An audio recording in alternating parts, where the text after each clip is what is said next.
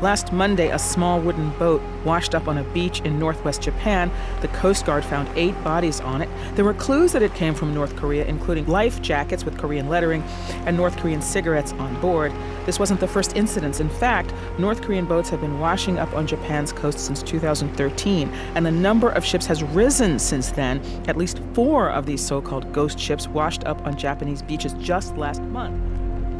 These mysterious deaths were reported internationally.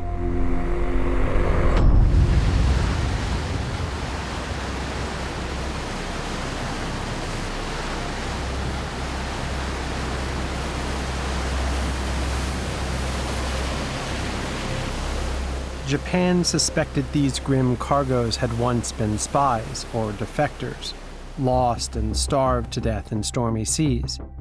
In addition to the mystery of these dead men, another curious fact also intrigued me. In Korean waters, squid numbers had plummeted by over 70%. The total amount of squid caught in Gangwon-do province, a regional specialty from the nation's East Sea, has fallen by more than half in a decade. The Gangwon-do provincial government estimates local fishermen could face financial losses of more than $80 million.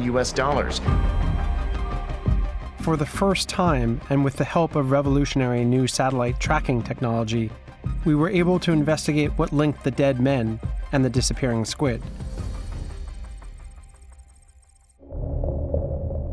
Two-thirds of the planet is covered by water.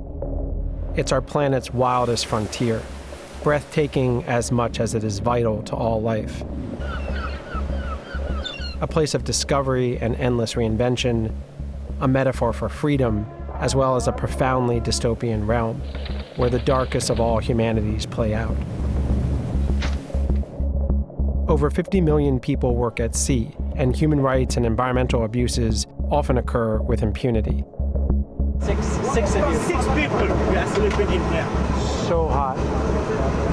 I've never ever seen this bad. My name is Ian Urbina. As a journalist, I've spent the past decade reporting from this lawless frontier.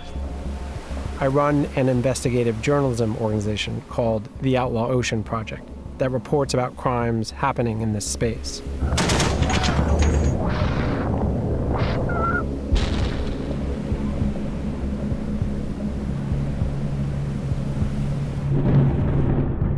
This is the Outlaw Ocean.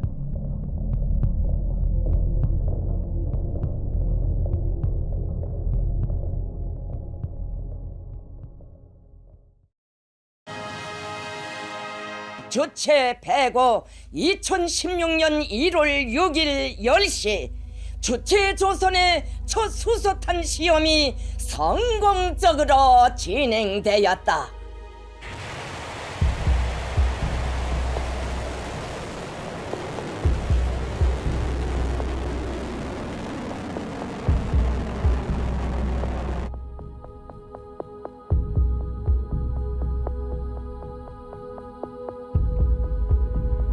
After sanctions, the North Korean currency collapsed, and the North Korean leader turned to fishing to generate export revenue and stave off famine. Soldiers were forced to become fishermen overnight to bolster the effort. Many thought that the dead who washed ashore in Japan weren't defectors at all, but seafarers desperate to catch food, poorly trained, navigating ill-equipped boats, straying too far in the high seas. Fuel had run short, engines had stalled, a storm had finished them off. All North Korean stories are hard to investigate. Gaining access is difficult. It's harder still if it involves its unclaimed corpses washed up on foreign shores.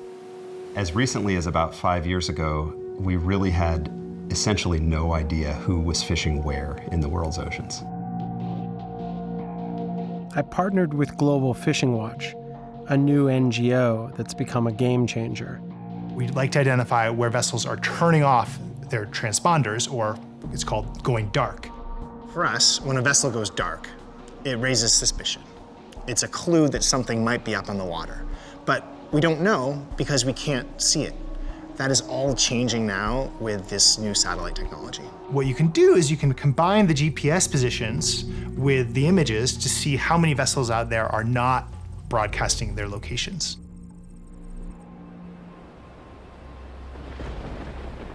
In order to catch squid, you can't stay dark for long.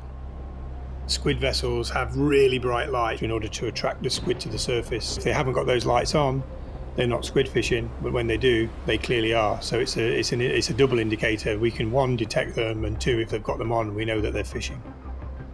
And we were able to teach the computer through machine learning to recognize the different fishing patterns that we needed to see. And what we discovered after looking over a year's worth of data is there was probably 1,000 vessels fishing illegally in North Korean waters in contravention to UN sanctions.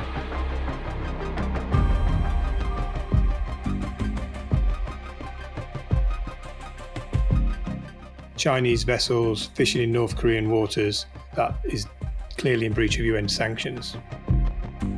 And news reports captured the deadly consequences.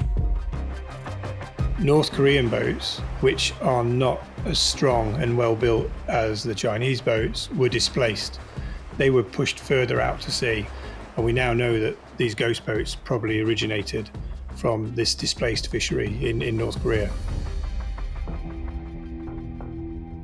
When Global Fishing Watch did this incredible data mining that largely proved China's role in the ghost ships, they contacted my team and asked us to investigate further, to get on the water and to lay eyes on the ships directly. I went to South Korea with my videographer, Fabio Nascimento, and we also brought one of their data scientists, Jae-yoon Park. We bought our way onto a South Korean squid ship that agreed to take us out to the key location at sea where we believed we had the best chance of witnessing Chinese vessels moving into North Korean waters.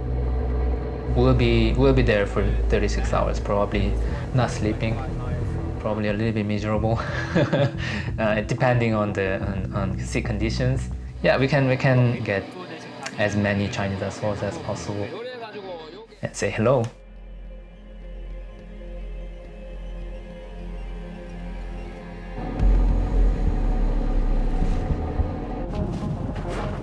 Satellite coordinates guided us to a specific location. We now waited, and as it turns out, not for very long. The first line of vessels appeared, all Chinese, all squid vessels, in a single file. Come on, come on! Hey there. Let me get my binoculars. I don't know what type of boat it is yet. All these vessels were dark. Their transponders were off. As they passed in front of us, we tucked in behind and began to follow them. Given the shape of the boat, I think it's a trawler. Look through.